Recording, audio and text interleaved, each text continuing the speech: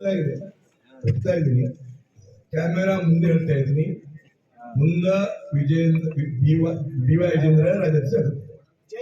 G ಹುಜೂರನ್ ಎಲ್ಲ ಆರೋಪ ಮಾಡ್ತಾ ಇದಾರೆ. ಅವ್ರು ಏನ್ ತಥ್ಯ ಇಲ್ಲ. ಬಿ ವೈ ವಿಜೇಂದ್ರ ಬಂದ ಮೇಲೆ ಪಾರ್ಟಿ ಗಟ್ಟಿಯಾಗಿದೆ, ನಮ್ಗೆ ಗೊತ್ತಿದೆ, ಅವ್ರಿಗೆ ಗೊತ್ತಿಲ್ಲ.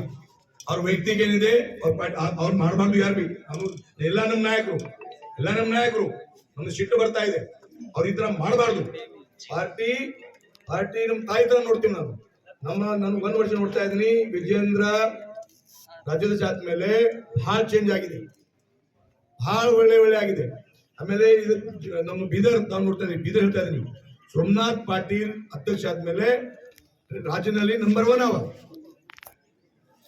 ಅವರು ತರುವನ್ಗೆ ಪ್ರೋತ್ಸಾಹ ಕೊಡ್ತಾ ಇದ್ದಾರೆ. ತರುವನ್ಗೆ ಕೊಡಬಾರ್ದು, ಅವ್ರಿಗೆ ಮುತ್ಕರ್ ಕೊಡ್ಬೇಕು, ಎಷ್ಟು ಕೊಡ್ಬೇಕು ಅವ್ರಿಗೆ? ತರುಣ್ ಯಾಕೆ ಕೊಡಬಾರ್ದು?